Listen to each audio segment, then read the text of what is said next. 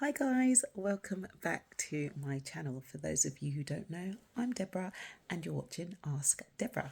Now it's been a hot minute, yes, and I will get into the reason for my absence perhaps in a completely new video, but I just wanted to jump on here really quickly to give you some information that you can possibly run with when it comes to choosing a school for your child. Now, this is probably going to relate more to those who are maybe moving outside of their natural areas, which might have a more high percentage of ethnic minorities and be more culturally diverse. So, for example, 3 years ago, so in 2021, we moved from London to a completely new area. And this area isn't necessarily known for its diversity. At least I didn't think it was at the time of moving. And I was really concerned that we would move and my daughter would be the only black child in her school. Now, some of you might hear that and think, why is that a concern? And do you know what? If that's never been a concern for you, congratulations, I'm really happy for you. But unfortunately, lots of families do end up moving to areas for various reasons. Ours was simply affordability.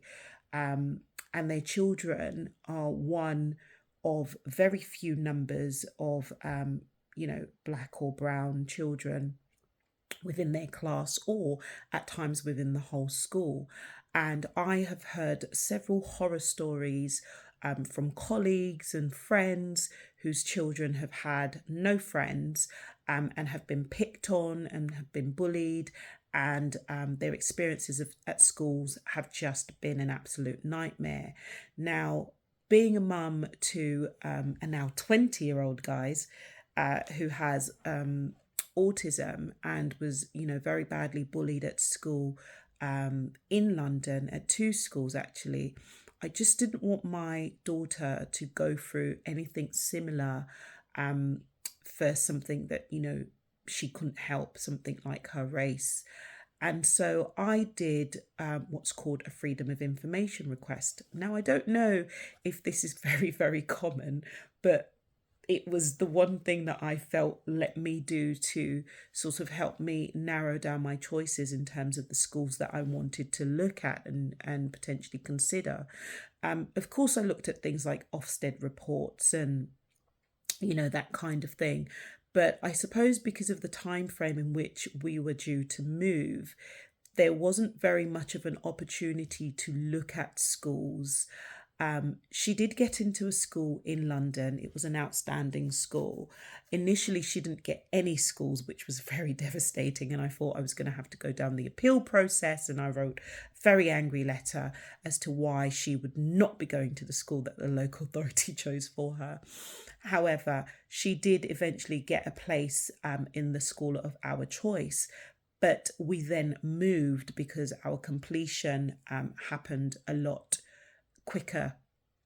Well, not a lot quicker. It happened within the time in which we wanted it to. And I just thought, rather than her going to this school for 6 weeks and then starting again in a new school and having to be the new girl, it would make sense to commute her to the new school for 6 weeks, which was a very, very, very stressful time for us, but it worked out well. So what I did was I put in a freedom of information request with the new local authority. And I initially asked to know how many black children there were in each class, within each year group, in each school within the borough. Yeah, don't come for me. The local authority, of course, couldn't do that because they felt that it would then identify the names or make it easily identifiable of the names of the children that came, under that category. But what they did do was overall they gave me a number of how many children they were of all different ethnicities across the schools, across the borough. Hope that makes sense. And I was able to then look at the distance, look at the numbers. To be fair, I was willing to drive her to the school that had the highest number, insofar as the school wasn't a failing school subject to special measures or anything like that. And so I went with a school that was rated good with Ofsted. I think their student development was rated as outstanding, but the overall Ofsted rating was good. And I was pleasantly surprised when my daughter, went for her first day at school. I remember that there were, at least three other lovely little black girls who looked just like my daughter. Now, this isn't to say that my daughter only has black friends. On the contrary, her best friend is a beautiful little strawberry blonde girl with blue eyes. And that's absolutely fine. They're the bestest friends since a reception. But what I didn't want was for my daughter to develop a complex where she would come home and, want her hair to be straightened, or to ask why her skin color was different from everyone else, and to feel, excluded from her peers. And again, like I said, if some of you have never had this experience with your children, I'm really, really happy for you. But the sad reality is that for a lot of parents, this is the reality for their children. I've had a friend whose daughter had no friends, and every break time she would sit behind a tree because nobody would play with her, because she was one of very few black girls in her class and in her overall school. And she subsequently had to move her daughter to another school because of the bullying that was taking place. So these things are very, very real. These experiences do happen to a lot of children, and I just wasn't willing to take the chance that it would happen to mine. Of course, there have been, just the odd sort of questions like, do you always have African hair?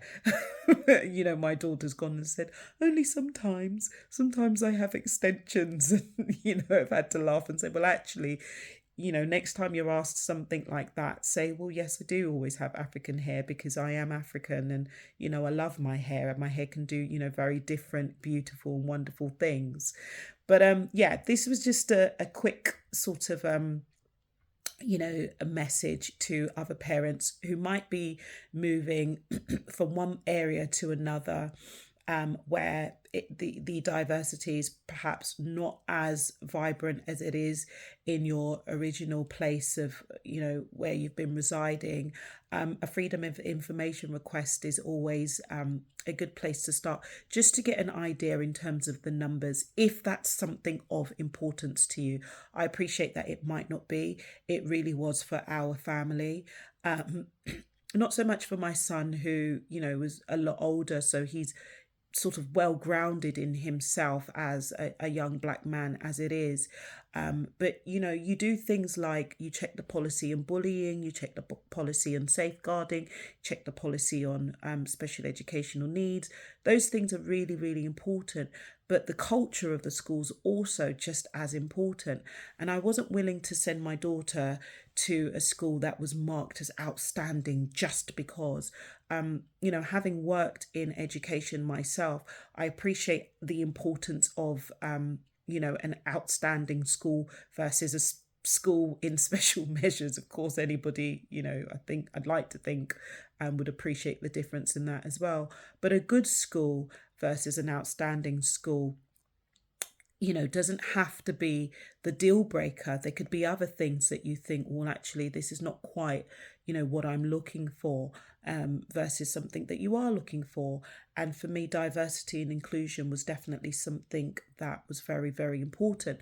Now, I don't think the school itself advertises itself as being, we're an ethnically diverse school and we have this, amount of numbers, because again, it might not really be something that they've thought about or even really cared so much about. But when you are moving from London into a completely different area, these are things that a lot of us parents do think about, and perhaps don't know that we can get this information by making a freedom of information request. And that's why I wanted to put this video out there for any other parent who is like me and sort of worries about this thing.